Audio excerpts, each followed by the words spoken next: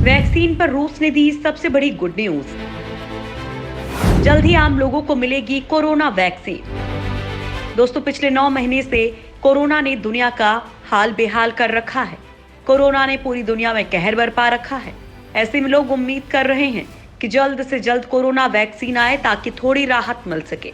हालांकि दुनिया का तो पता नहीं, लेकिन रूस के लोगों को बहुत जल्द ही कोरोना से मुक्ति मिलने वाली है, क्योंकि रूस इसी हफ्ते से अपनी कोरोना वैक्सीन को आम लोगों के लिए उपलब्ध करवा देगा।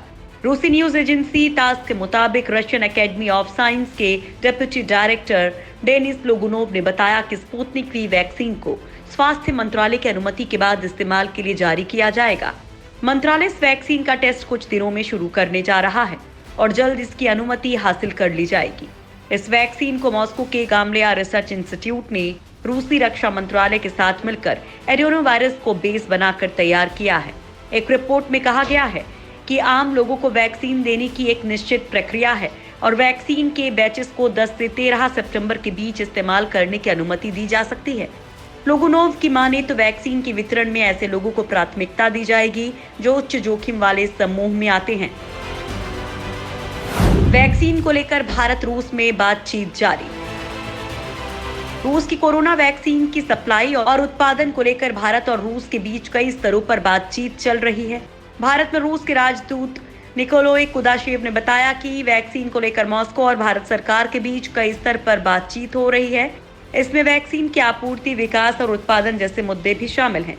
मीडिया रिपोर्ट्स के मुताबिक रूस ने भारत के साथ वैक्सीन को लेकर सहयोग के तरीके साझा किए हैं। फिलहाल भारत सरकार की तरफ से इसका बारीकी से अध्ययन किया जा रहा है। कुदाशेव की माने तो कुछ जरूरी तकनीकी प्रक्रियाओं के बाद वैक्सीन बड़े पैमाने पर बाकी देशों में भी इस्तेमाल की जा सकेगी। इस बात को लेकर भी चर्चा है कि आने वाले समय में विदेश मंत्री एस जयशंकर के रूस दौरे के दौरान भी कोरोना वैक्सीन को लेकर बातचीत होगी। रूस के डायरेक्ट इन्वेस्टमेंट फंड के सीईओ किरिल दिमित्रिव ने भी वैक्सीन उत्पादन के लिए भारत के सहयोग को अहम बताया था। उन्होंने कहा था कि दुनिया भर की करीब 60% वैक्सीन भारत में बनाई जा रही है। हम भारत सरकार, संबंधित मंत्रालयों और उत्पादकों से स्थानीय उत्पादन पर बात कर रहे हैं। कोवैक्सीन को दूसरे फेज के ट्रायल की मिली मंजूरी। भारत बायोटेक की तरफ से विकसित की जा रही कोवैक्सीन के दूसरे चरण के ट्रायल की ड्रग रेगुलेटर ने मंजूरी दे दी है। इसके साथ ही भारत में विकसित वैक्सीन की जल्द मिलने की उम्मीद बढ़ गई है। द इंडियन एक्सप्रेस की खबर के मुताबिक इंसानों पर होने वाला कोवैक्सीन का दूसरे चरण का ट्रायल नैतिक कमेटी का अप्रूवल मिलने के साथ ही आने वाले हफ्तों में शुरू हो सकता है।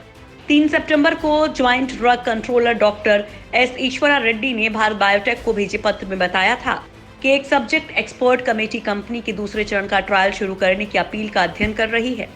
दूसरे चरण के ट्रायल में 380 वॉलंटियर्स पर इस वैक्सीन का ट्रायल किया जाएगा। दरअसल कोवैक्सीन एक इनएक्टिवेटेड वैक्सीन है जिसमें एक वायरस को इंसानी शरीर में इंजेक्ट किया जाता है। ऑस्ट्रेलियाई कंपनी का ऑक्सफोर्ड के साथ करार।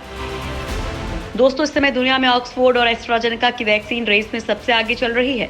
ऑक्सफोर्ड की वैक्सीन का भारत समेत दुनिया के कई देशों में ट्रायल भी चल रहा है।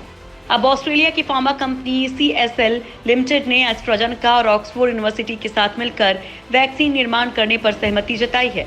CSL को उम्मीद है कि ऑस्ट्रेलिया में एस्ट्राजेनेका वैक्सीन की लगभग 30 मिलियन खुराक सरकार के वित्तीय पोषण से मिलेंगी। एस्ट्राजेनेका के उम्मीदवार को एक प्रभावी कोरोना वायरस वैक्सीन देने के लिए एक वैश्विक दौड़ में सबसे आगे देखा जाता है। इसके अलावा CSL ने क्वींसलैंड विश्वविद्यालय के साथ मिलकर UQ नाम की वैक्सीन का निर्माण किया है। सरकार के साथ अपने समझौते के तहत CSL को उम्मीद है कि अगर परीक्षण सफल रहा तो 2021 के मई-जून तक वैक्सीन की 51 मिलियन खुराक की आपूर्ति की जाएगी।